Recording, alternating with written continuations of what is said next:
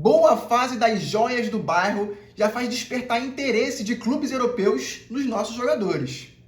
Já Arthur Cabral recebe outra proposta para deixar o Botafogo. E pela Copinha, o Botafogo se classifica nos pênaltis e está classificado para as quartas de final da competição. Dessa vez vamos enfrentar o São Paulo. Esses são os assuntos do dia. Já peço aí para você deixar o seu like, curta o vídeo, se inscreva no canal. Se já for inscrito, ativa aí o sininho para você receber sempre notificação quando tiver um vídeo novo. Dá essa moral aí pra gente, até porque somos mais Botafogo. E a nossa base, hein? Depois de várias vitórias seguidas aí, contra a Portuguesa pelo Carioca, depois contra o Juventude no mesmo dia pela Copinha, agora mais um confronto, avançamos, derrotamos o Itaquaquecetuba nos pênaltis e nos classificamos para as quartas de finais. Então, essa boa fase já faz despertar interesse de clubes europeus, como o Benfica e o Braga, de Portugal, que já está de olho em algumas das nossas joias, como é o caso do Samuel Alves, atacante que vem se destacando aí na Copinha, já fez gol, já deu assistência, inclusive foi chamado para integrar o time principal, que vai enfrentar o Sampaio Corrêa pelo Carioca. Então, esse jogador já vem despertando interesse de clubes como o Benfica e como o Braga. E é para se lembrar, galera, que nossos rivais, como por exemplo o Palmeiras, o Flamengo, eles se notabilizam por vender joias para fazer a manutenção do time principal, né? Eles vendem jogadores de 17, 18 anos para não se desfazer dos times titulares deles. Por que você acha que o Palmeiras consegue manter ali o Rafael Veiga por muito tempo? Consegue manter ali o Gustavo Gomes por muito tempo, né? Eles fazem essa manutenção de jogadores durante longos anos, porque todo ano eles conseguem vender um Endrick, aí no ano seguinte eles vendem um Estevão, aí no ano seguinte eles vendem um Luiz Guilherme, que já foi até revendido para outro time também, agora eles querem vender o Alan. Sempre jogadores da base. O Alan agora recebeu uma proposta do Napoli de mais de 35 milhões de euros e eles não venderam. Então, ou seja, a próxima venda do Palmeiras vai ser esse Alan. Ou seja, mais um menino da base que eles conseguem formar, colocar no elenco principal, vender bem para fazer a manutenção da sua equipe. Aí eles conseguem ter um elenco com Flaco Lopes durante muito tempo, Rafael Veiga durante muito tempo, aí eles pegam ali Piquerez, eles pegam Gustavo Gomes, jogadores que ficam anos e anos no Palmeiras mantendo uma base porque eles conseguem vender ali os seus jogadores jovens. A mesma coisa no nosso outro rival aqui do lado, o Flamengo. Eles se notabilizaram ali durante muitos anos por vender jogadores da base por um alto preço para conseguir agora se sustentar economicamente. Agora eles já não precisam tanto mais vender jogadores da base. Mas o início do processo do Flamengo, que vem sendo o nosso início de processo agora também, foi de vendas também.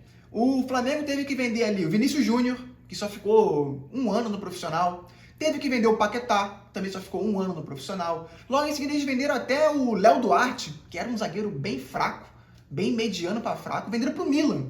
Para você ver, quando você consegue esse repertório, esse reconhecimento, digamos assim, do futebol europeu, os grandes vêm aqui e tentam fazer essa pincelada, né, para pegar primeiro o jogador. O Real Madrid faz muito isso, Barcelona faz muito isso. Então eles vêm aqui para deixar que o outro não se reforce com esse jogador. Eles vêm e compram. Foi o que o Milan fez com o Léo Duarte. Nem virou jogador, né?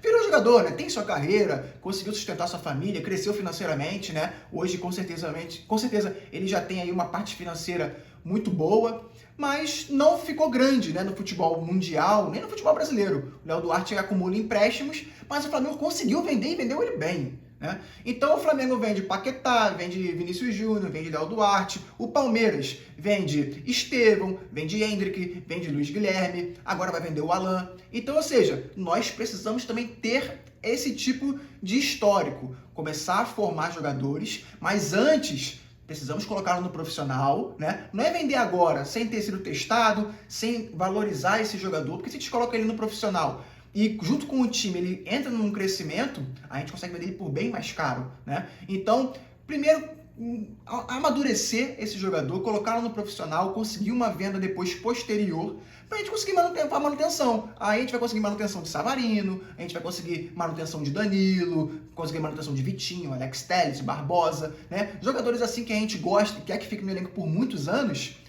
tem que ter jovens para fazer essa manutenção do elenco.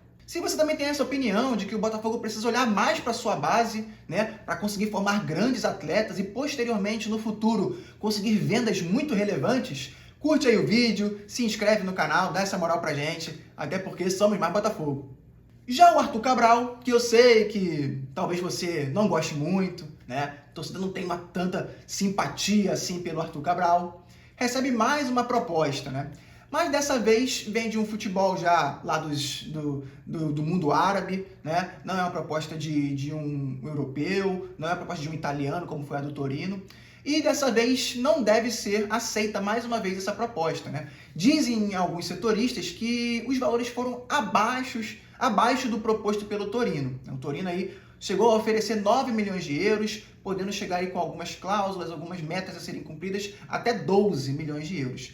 Lembrando que o Botafogo não pode ter prejuízo numa operação dessa, né? Tudo bem que o Arthur Cabral, ele não tem ali tanta simpatia da torcida, mas ele é um jogador importante, um jogador que o Botafogo não pode diminuir seu valor de mercado, não pode vender barato, né? Ninguém facilita a vida do Botafogo quando o Botafogo vai comprar um jogador. Então o Botafogo também não pode facilitar ficar vendendo barato o jogador, não. O Arthur Cabral não tem a simpatia dos torcedores? Não. Mas ele é um jogador importante, ele é um jogador que informa na sua grande fase, fez muitos gols, então o Botafogo tem que prevalecer isso e não pode vender por 9 milhões de euros. No mínimo, 15 milhões, que foi o que o Botafogo comprou no Arthur Cabral. E para finalizar, pela Copinha, o Botafogo se classificou, mais uma vitória heróica dos nossos meninos, só tinham 5 jogadores no banco, né? Alguns ali tentaram reforçar a equipe mais uma vez, mas deu Botafogo contra o Itaquaquecetuba do Carlos Leiria, né?